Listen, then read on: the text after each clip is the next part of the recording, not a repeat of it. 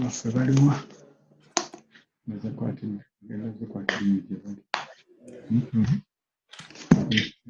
time. So it is, you know. Hey, what was your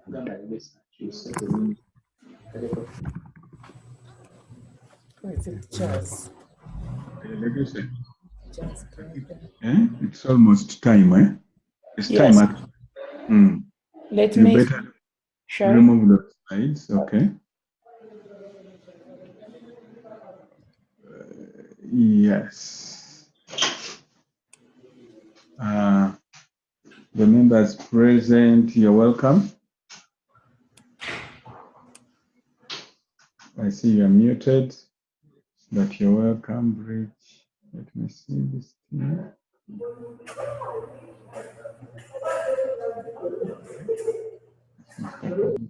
Okay.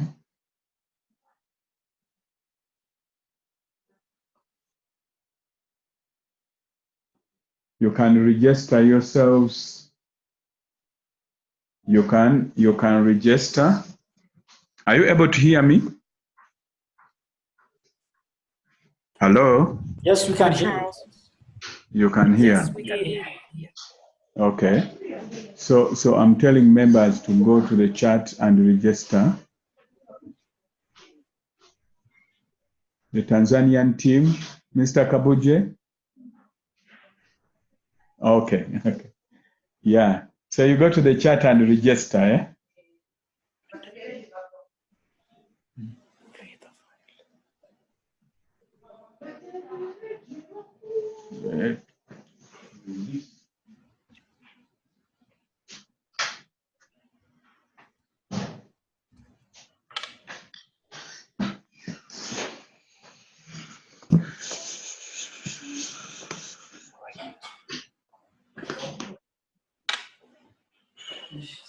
Welcome. Salamat.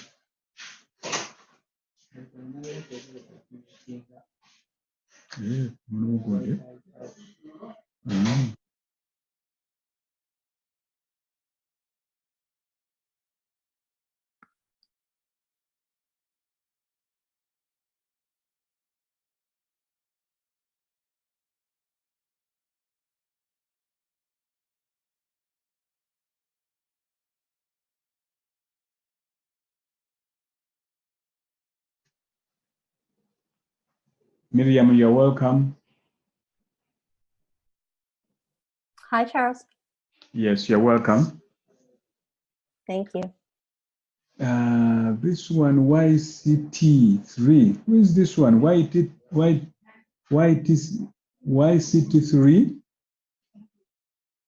Charles, that sounds like someone from CDC. Somebody from CDC is welcome. I wonder whether Dr. Peter is He's online. the one. I don't know. Bruce, you're welcome.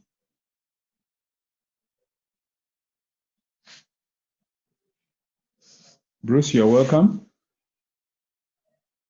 Hi, Charles. Good to see you. Welcome. Yeah, good to see you too. For some reason, my volume is very low. Your volume is low.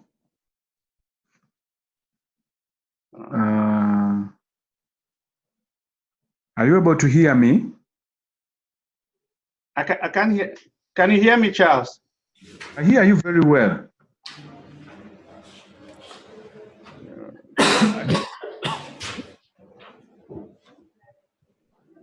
Do you hear me? No, it's.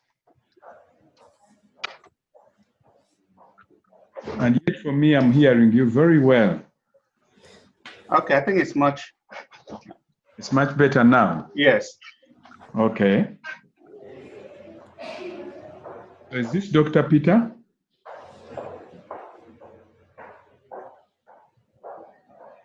think Dr. Peter is online. It's just that you need to rewrite his name so that everyone can identify him. Hi, Peter. Hi, Pascal. Hi. Okay, you're welcome. Thank you. So you can actually chat. You can actually put go to the chat and just indicate your name. Some of us, the reference of our numbers of our phones or our gadgets are difficult to interpret. So it looks like people are still joining, but we may, I think, begin because we are already 5 minutes into our time. So we may not take much longer. Others will find us on the way. I take the pleasure to welcome all of us on this call, and especially Dr. Peter, that you're there, our presenter. I think we are in good time for us to start our business. So, as I've already welcomed all of us, I'm seeing people, the headquarter team, please, you're welcome. Hello. Okay. Dr. Peter, you're welcome. Thank you, Charles. Yes, Dr. Bruce, you're welcome. Dr. Pasco, you're welcome. Dr. I don't want to change all the plan, until we get advisory from the RSO. Okay. So I'm seeing actually quite a number of us are already online.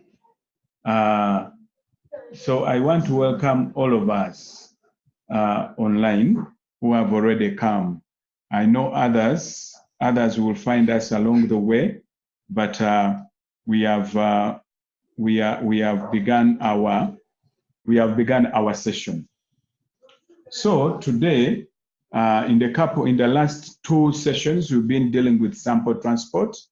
We are going to have a change this time around, but the discussion on sample transport still continues through our country-specific reach out. We are reaching out to countries and discussing their specific issues related to sample transport.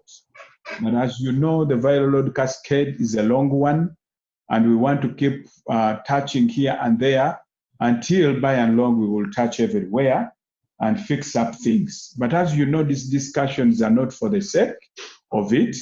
We want to see change. So whatever we are discussing, we are targeting how do we effect change, especially where we see change is needed.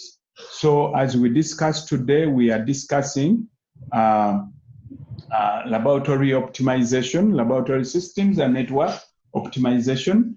So look at areas of potential change that need to be done.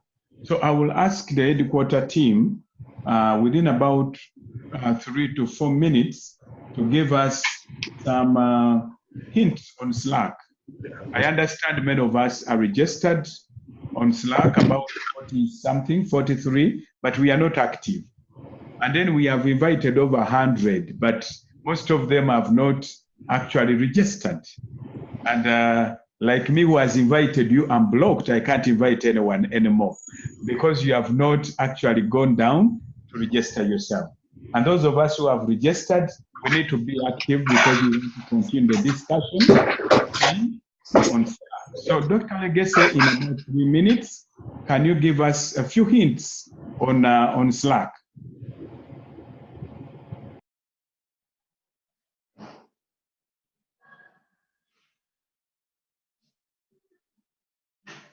Three minutes.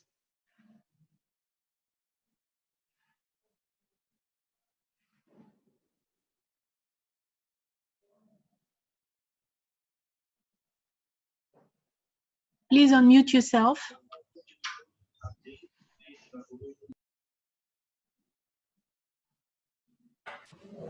Hello, can you hear us? Hello, Charles. Hello, can you hear us? We hear you. We hear you. Yeah, it's okay.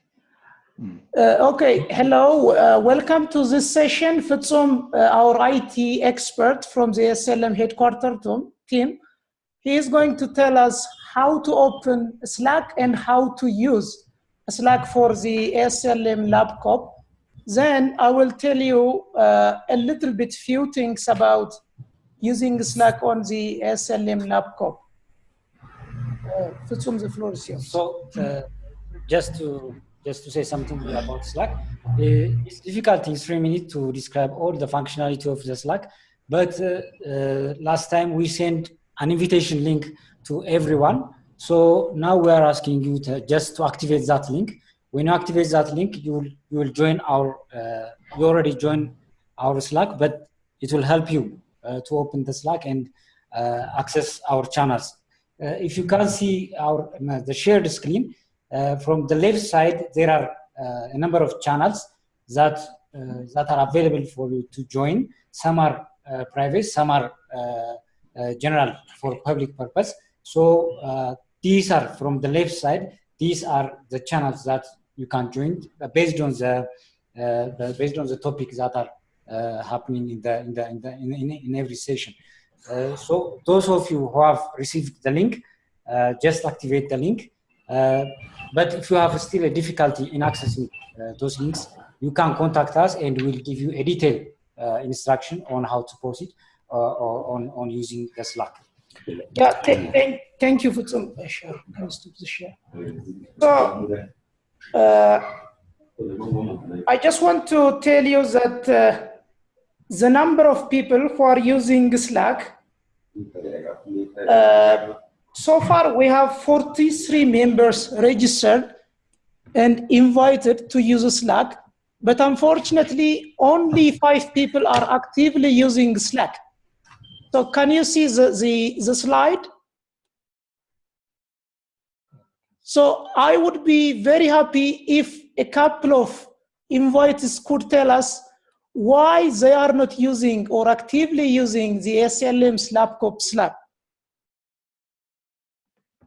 Let me give the chance to Dr. Aaron. Are you online from Zambia?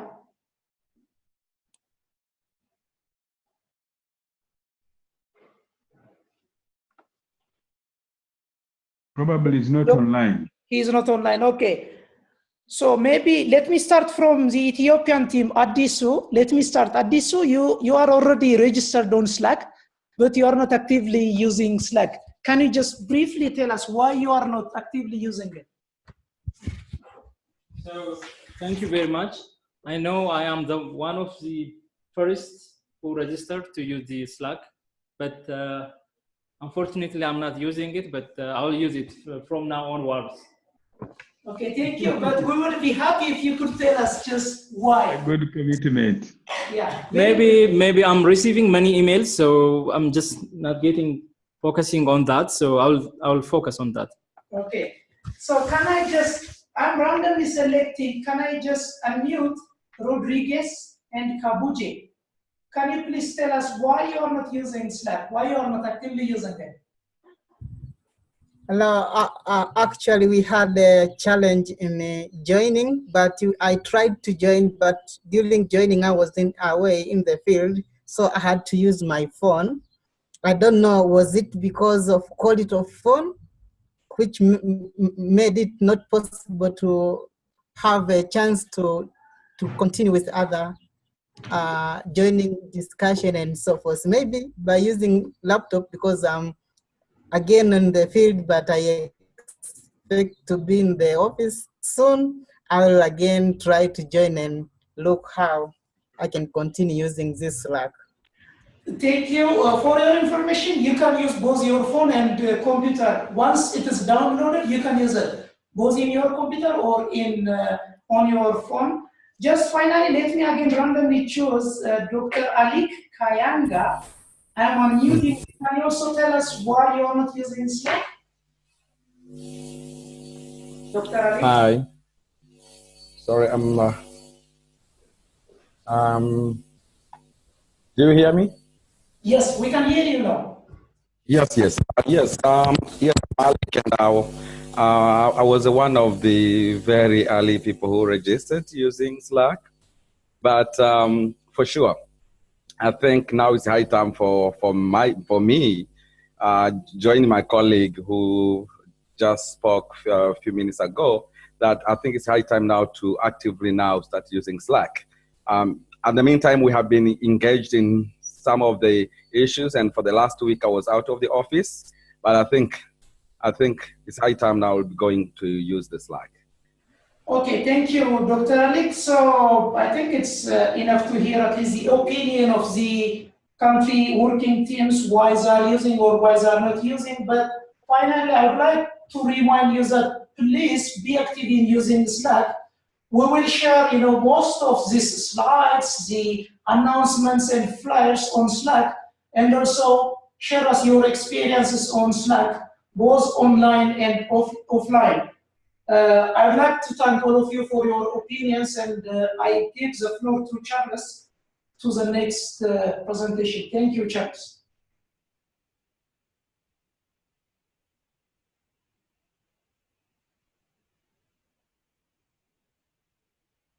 Please unmute, Charles.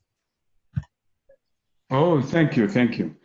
Today we are very delighted to have a subject matter expert on our call today to make a presentation on laboratory optimization. And this is none other than Dr. Peter from the International Laboratory Branch, Division of HIV and TB, CDC Atlanta. Dr. Peter, quite experienced in the field, is going to be our presenter in the next 15 to 20 minutes. And I will ask Nicholas to actually flash his slides, and I'll give the floor to Dr. Peter to take us on. Okay, thank you, Charles. Good morning, good afternoon, or good evening, everyone, depending on where you are. I think as Charles was indicating before we went into the brief presentation by the Ethiopian and the Malawian team, I think since we started scale up or viral load scale up in 2013 following the WHO guidelines on the use of viral load for monitoring patients on ART, I think countries have been scaling up viral load, and they are at different stages of viral load scale up. And one of the things we've really been seeing has been that as we scale up, that we really have tools, and it's just a question of really optimization of the tools that we have, and really be using those data to kind of like inform program and kind of like direct what else do we need so that the data that we are obtaining, it's informing our program. And I think one of the areas that we chose to focus, as Charles was saying, was to look at lab instrument mapping and optimization and see how this can really impact in impact program. Next slide, please.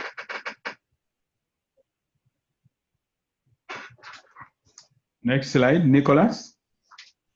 Okay, so this is the outline of my presentation, the lab instrument mapping and optimization tool. I will share some country experiences with this. We contacted 23 countries and collected some of this information.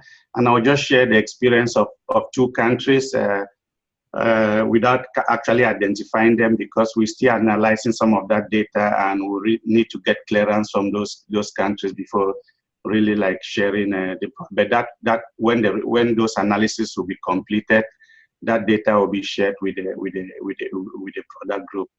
And within the viral load cascade, as we're hearing, how some of the tools or one of the tools that we are using to monitor improvement of efficiencies, and some concluding remarks. Next slide, please. So as learning objective, I think by the end of this presentation, you'll be able to understand the need for laboratory instrument mapping and optimization. be able to estimate instrument theoretical and laboratory capacity to inform program needs. You also be able to follow the country experiences I was alluding to with respect to instrument mapping and optimization, and as well as the use of the scorecard to monitor efficiencies. And here it will be just within the analytical and the analytical and post-analytical interface with some specific examples. So this slide is a slide, I think in 2015, that just shows us projections based on countries' ART targets and projections for viral load. And you can see it's kind of like the unmet needs. We still really have like a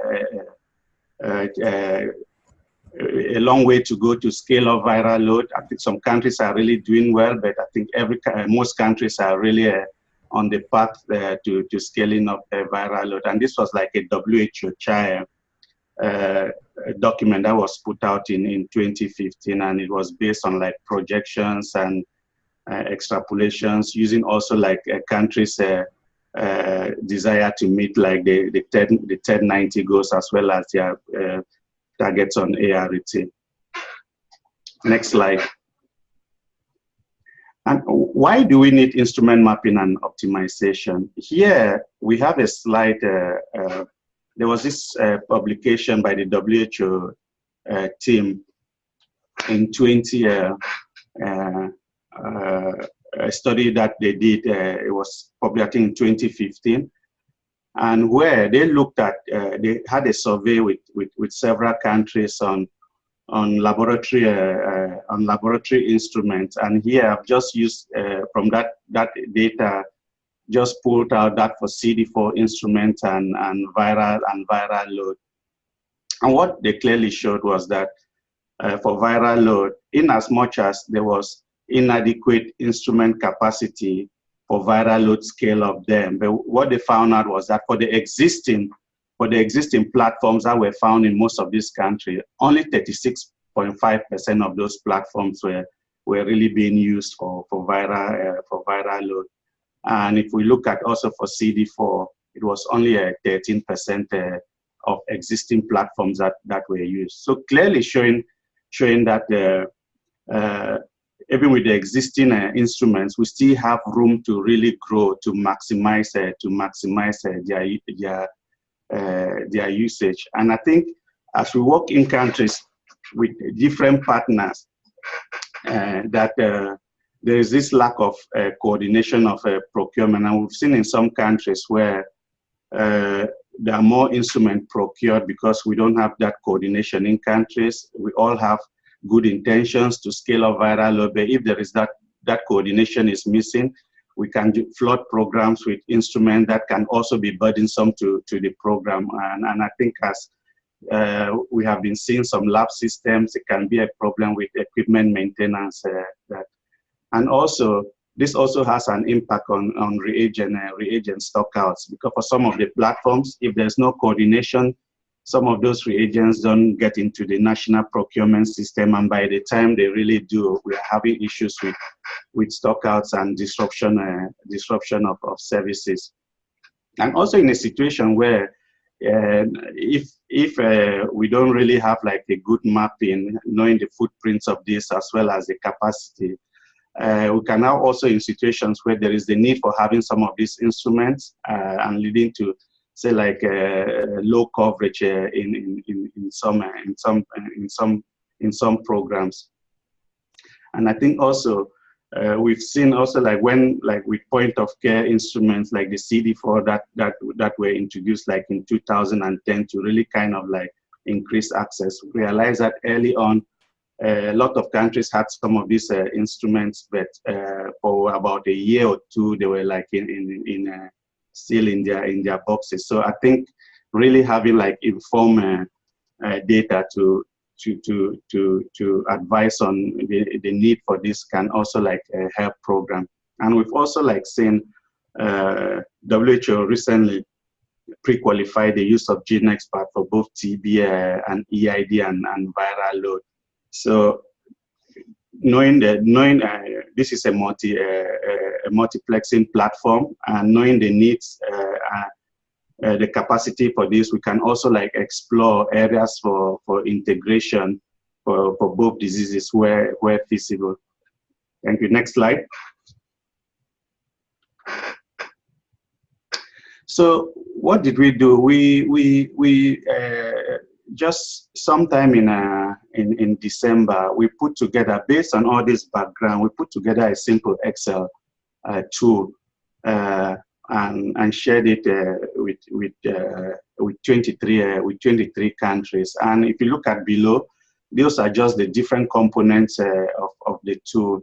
And that in country, they work with MOH and other stakeholders to collect viral load and GeneXpert for TB footprints from the 23 countries. Countries also provided their test, their actual test perform, as well as the projections for this test up to 2020.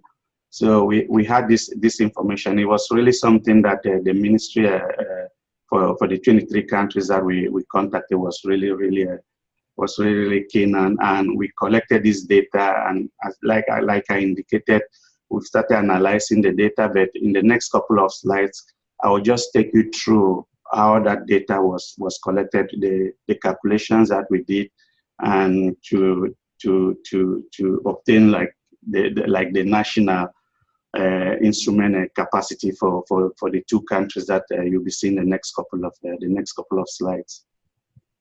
Next slide, please. So here is just a slide that was put together by a colleague of ours here at ILB, Stephen Jacek, and it's basically going through the commonly used platforms in most of the countries, establishing with at least 2 laboratory technicians in terms of like receiving specimen, preparing those specimen, and loading them and having results. The estimated number of specimens that can be processed within 8 hours, 12 hours, and 24 hours. And we have it both for plasma as well as for DBS. And for DBS, it's a little bit reduced because you need time. Say for the first one, much time is needed to prepare like DBS specimen before loading. So this is just some estimates that were established, and these were like the basis for what we use to kind of like derive some of the theoretical capacities. Next slide, please. So this is a country X, and if we look at this country, when they collected that, when they had that Excel sheet sent to them, they have like five laboratories. And in the 5 laboratories, those are the instruments that they have in each laboratory, the platform. Like in this country, the 4 labs had like the Abbott, and then one of the labs that had like the Roche Cobas Amplicor Tacman 48. And you have like the different quantities.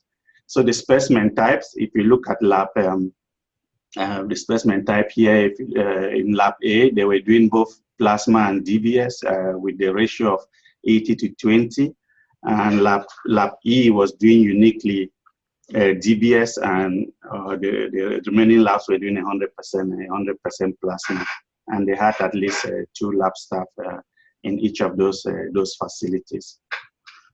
Next slide, please.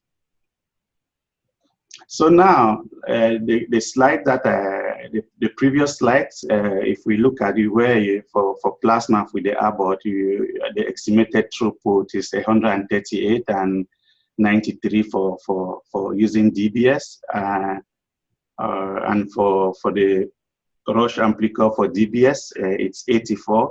So with this, we should be able to calculate like the annual to obtain like the instrument theoretical capacity. So next slide.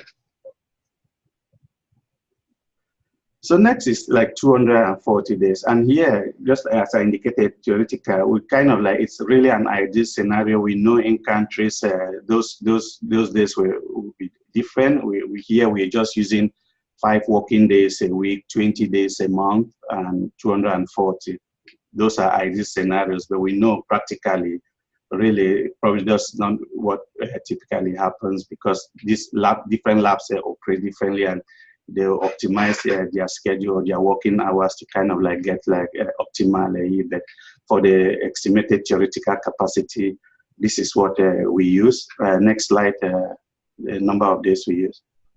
So in using that, for the first laboratory, taking into consideration the proportion of plasma and DBS, 8 hours or 240 days for the Abbott, you should be able to obtain 30,720, and for the other Abbott using uniquely plasma, you have 33,120, and for the Roche machine for Lab E, which was processing uniquely DBS, you had 20,160 specimens that you are able to process within a year. Next slide. So with that now, this just basically showing that that Excel sheet that we sent out and collected that information. So you see for country X that the first couple of slides they had like five laboratories, four Abbott and 1 Roche, and country Y they had 14 Tachman 48, 7 CTM 96, and 1 6800. And the next 2 columns, which is like the FY17 number of viral load and EID tests. So these are really the actual number of tests that those countries perform for FY17, the viral load and EID. So with this information, for the 5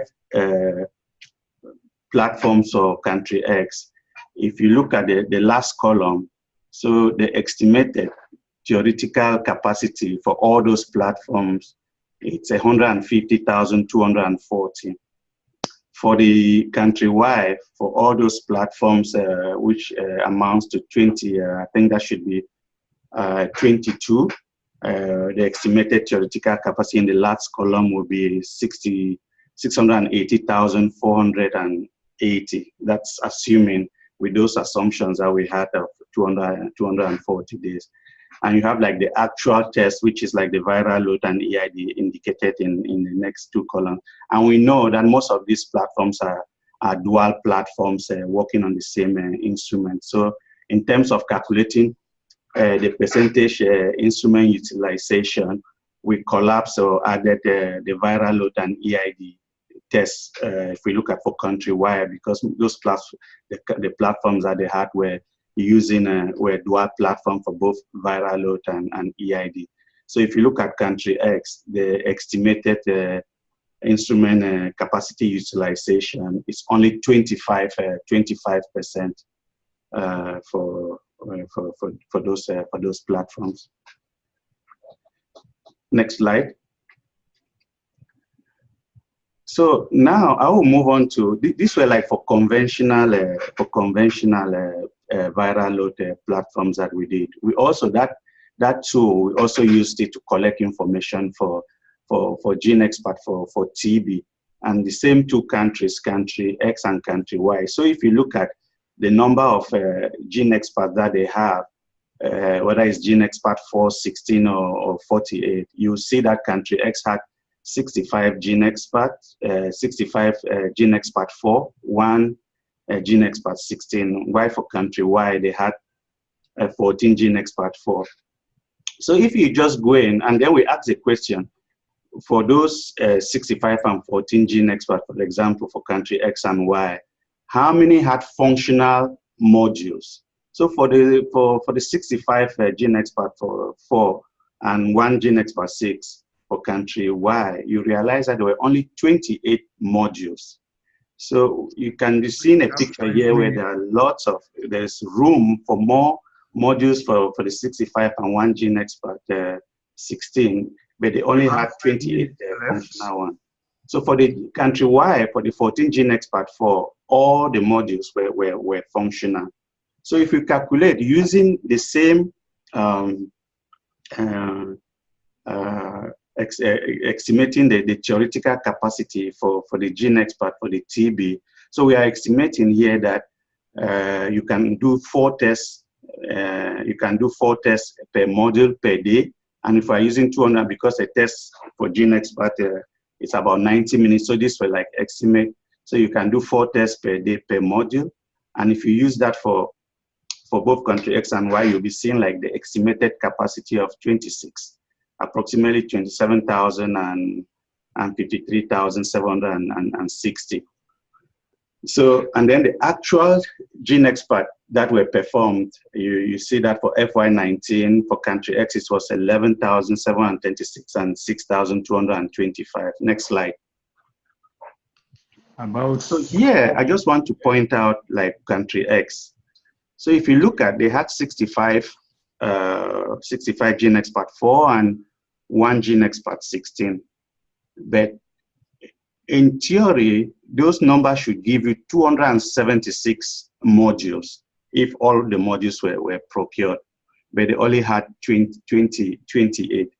So you realize that the theoretical capacity, if they really capacitated the modules for all those gene expert for country X, would have been 264,960. And I think here you just start seeing how, okay, what had informed 65 gene expert and 116, where if you look at, you look at, there is really room, there is room. If they had all the modules for all those gene experts, they have the capacity to do more tests.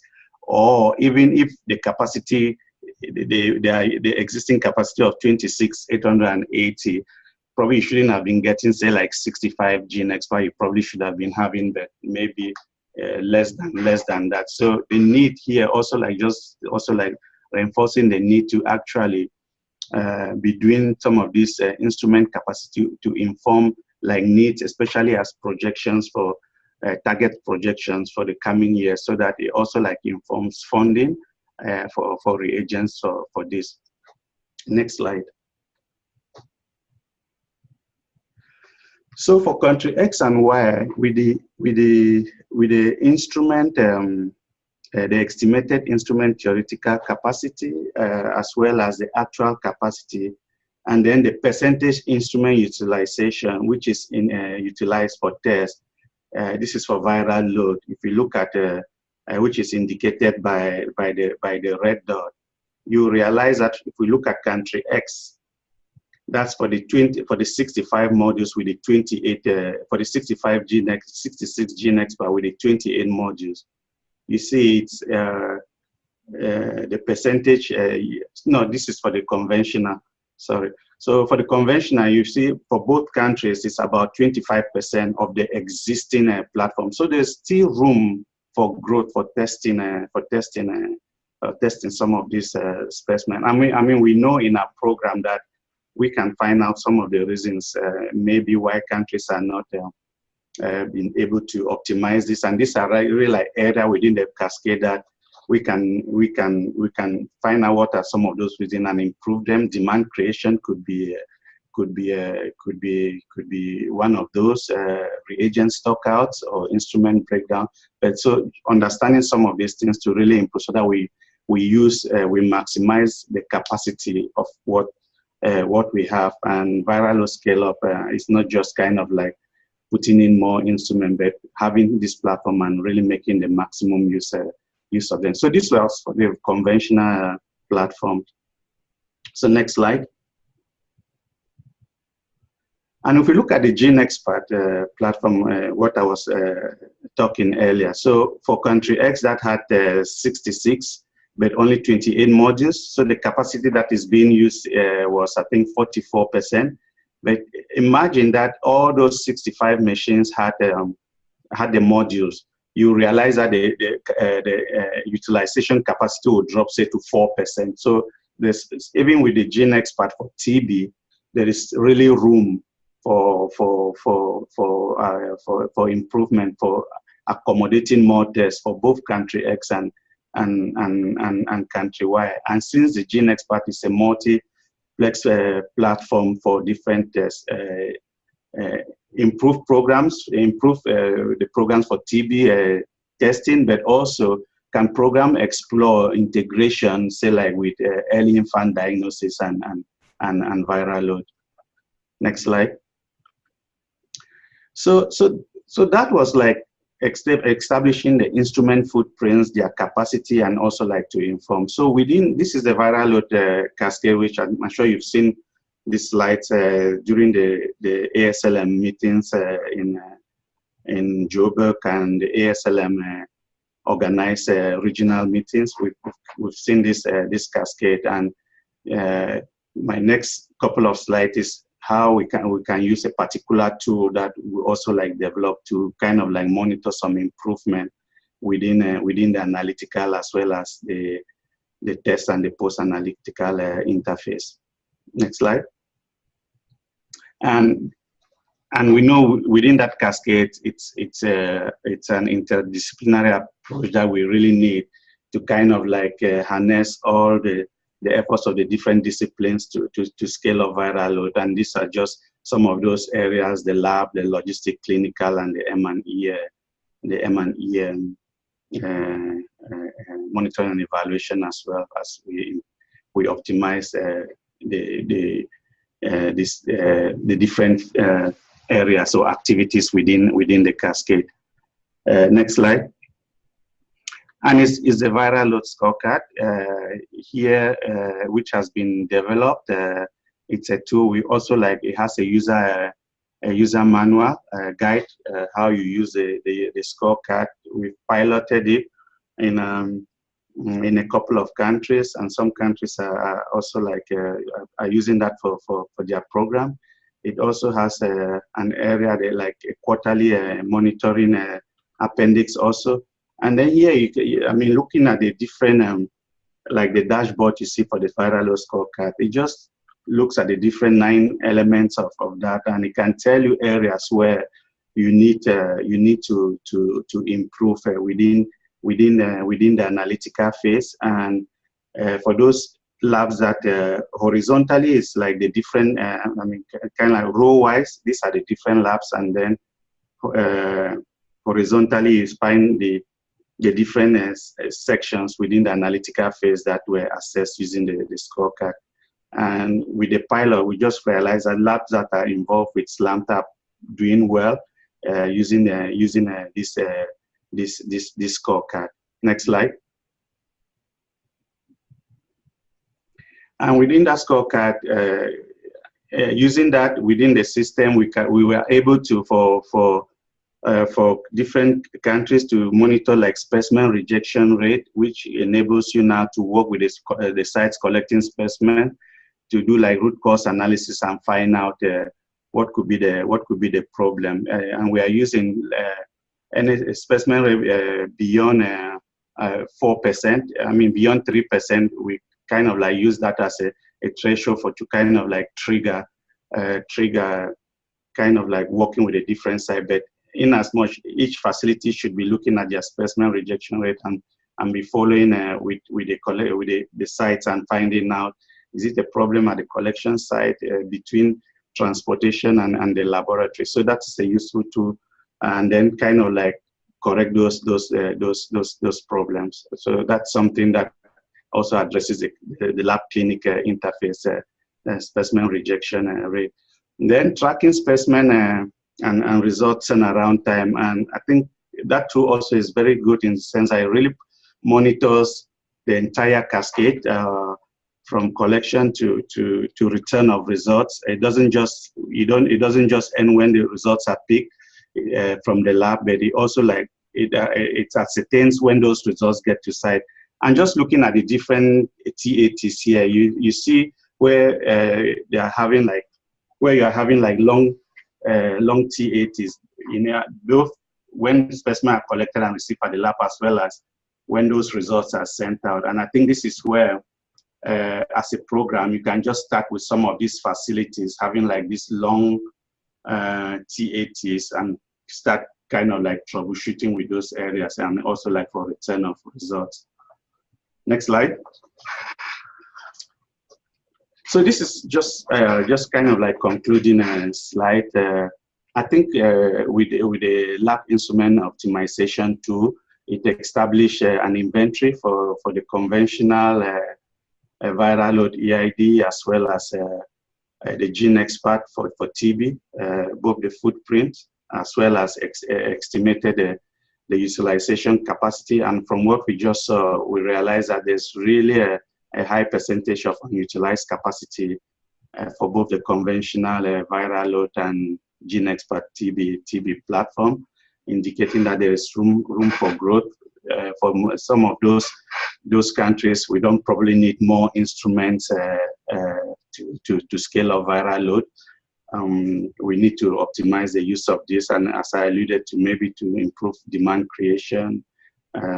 This exercise enables better coordinating to ensure that the right types of instruments are procured, and that reagents and commodities to support these instruments are also like available to respond to program needs where necessary. If a particular country needs instrument based on their data, we should have those instruments.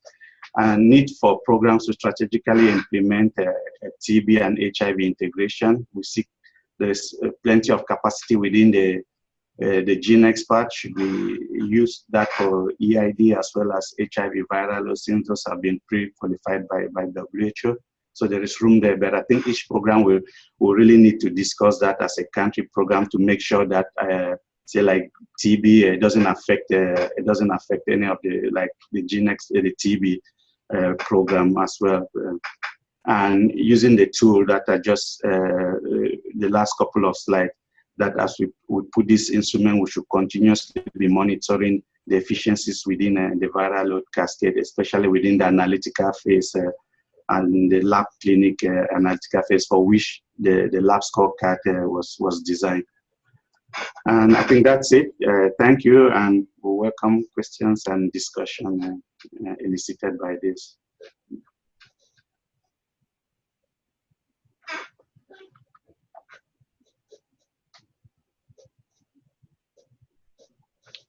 Charles, I can't hear you, Charles. Thanks a lot, Dr. Peter, for that very elaborate discussion on lab optimization. I think we are really touching a very key element of our viral load programming. And it's one of the sticky issues. A number of countries have many machines that are sub-optimized. The samples are not forthcoming, but the machines are out there, many. I think this is a great presentation for us to rethink our programming. We had agreed to have like a case, one case to actually to have a case to this presentation, and so this is a case. Charles? Hello. Hey, it's Bruce. I think there are a couple questions out there, if you don't mind seeing if people have a question. I saw ASLM, they had a question.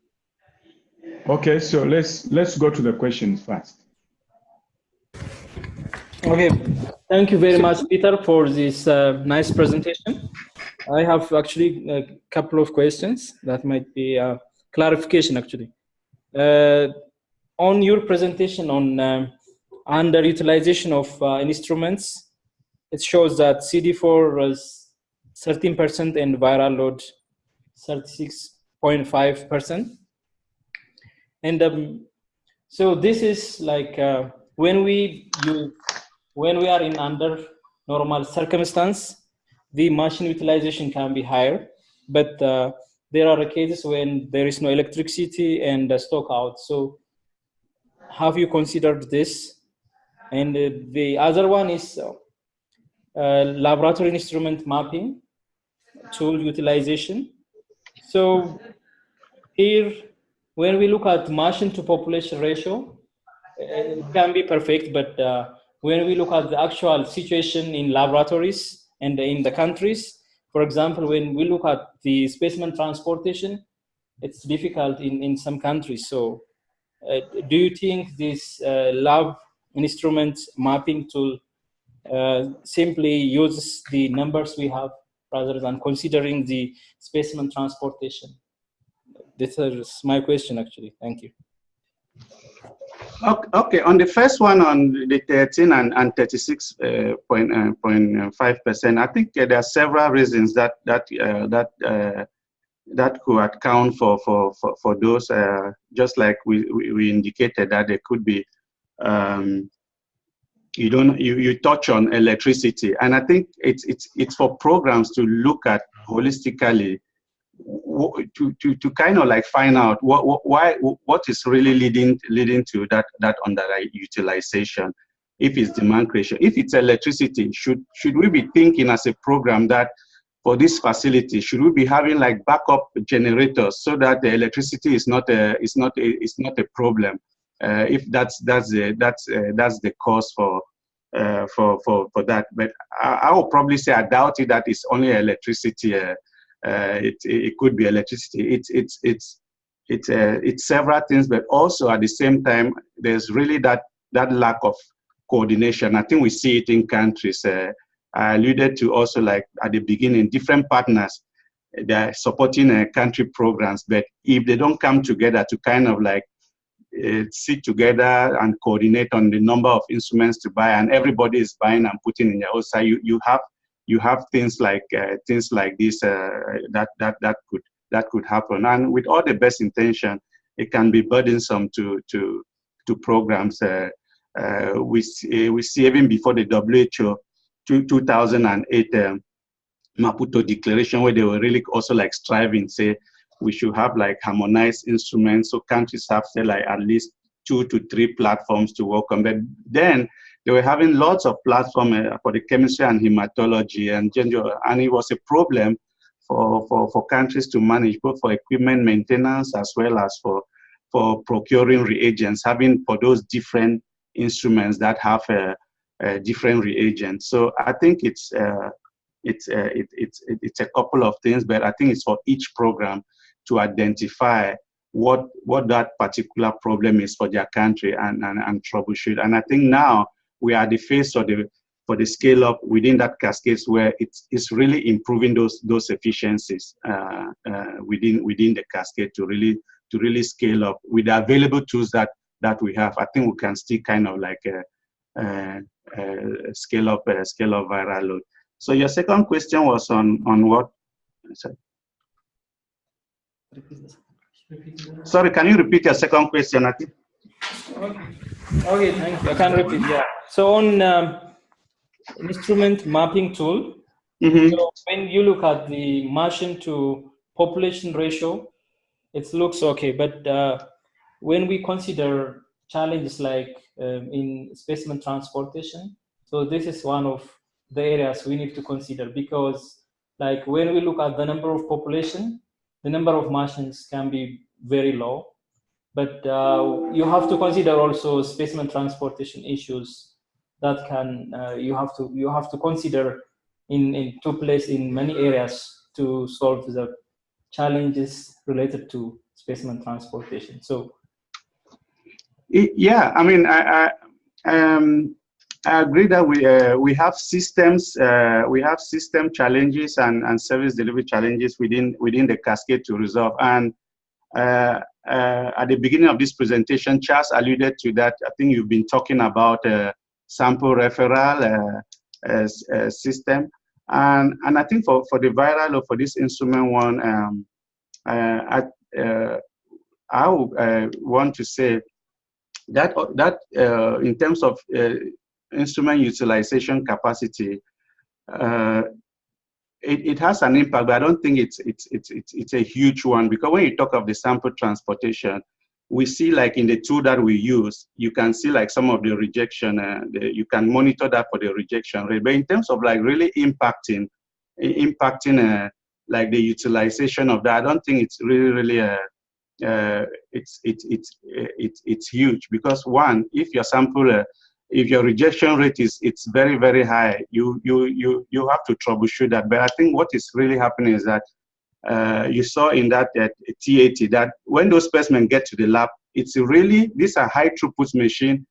And when they start the test, it's usually within a day or two, they have results. So, so those specimens that come to the lab, if the reagents are there, they are tested. So I agree that specimen referral, it's a system issues that needs to be improved to get those specimens to the lab so that they are within, the integrity is maintained so that patients can get their result. We can improve on that to cut the turnaround time, as well as at the back end of the cascade to return those results. But if you look at the instrument capacity, the utilization capacity, and where I indicated the available capacity, it was not even with respect to the theoretical capacity. That was with respect to, say, if a lab was doing 75% of that theoretical capacity, you see. So the line I indicated at above and to where the percentage utilization capacity was, that was 75% of that theoretical capacity. And then we still have room to grow. So yes, the program should look at that cascade, look at we've seen that there is instruments in country, even if those instruments are not enough, but those that are there, they are still underutilized, so not optimized in terms of their usage. Okay. So can we have Brown from is that from Malawi or Kenya? From Malawi, yes. From Malawi. Make a question because we are running out of time. All right. Thank you, Charles. I had a question for Peter. Of course, it's a little bit specific. I was really interested in the presentation, like reading through the data that is shared. Sorry, Brown, can you come close to your mic? I'm kind of... Hello? Yes, much better. Thank you. I had a question for you, Peter. I find your presentation to be very interesting and actually an eye-opener. I was only interested to know if maybe out of the countries where the analysis was done, is Malawi part of those countries? And if Malawi is part of those countries, can we maybe have the findings that are there for Malawi shared to us? So maybe it can be a good action point for us beyond this point. Thank you. Yes, great questions. Yeah, I didn't want to kind of like, I don't want to divulge the names of any country because we had not had permission to kind of like share that information, but we've really collected from 23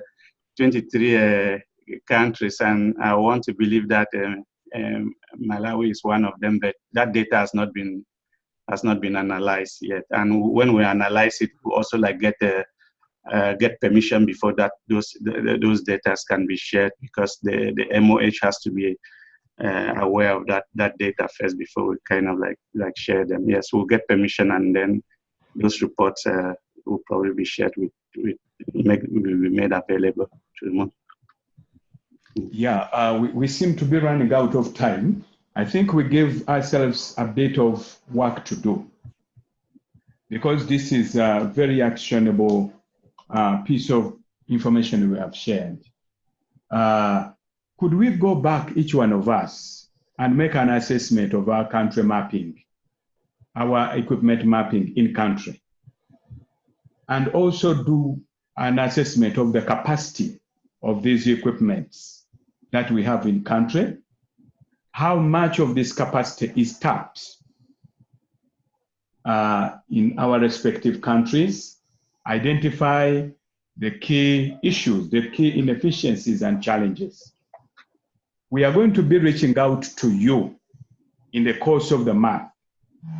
And in our next presentation, we would want to have case presentations where we will pick out countries that like utilize their capacity to 75% plus, and those that utilize their capacity like to 25 or 30% below.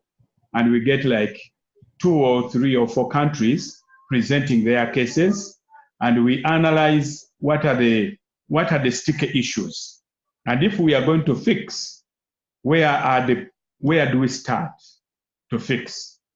So the piece of work for each one of us as country teams is to go and make an assessment of the country situation. How many machines do we have? What is their capacity? How much of that capacity is currently being tapped? and what are the inefficiencies and what are the issues around our laboratory network and system optimization. Then we are going to be reaching out to you to find out what you have done for your respective assessments. And then we shall pick out a country that taps capacity 75% and above, and a country that under taps capacity. And both of us will make presentations and we discuss what are the specific issues that we need to do. Those who are tapping very well, what have they done to do it very well?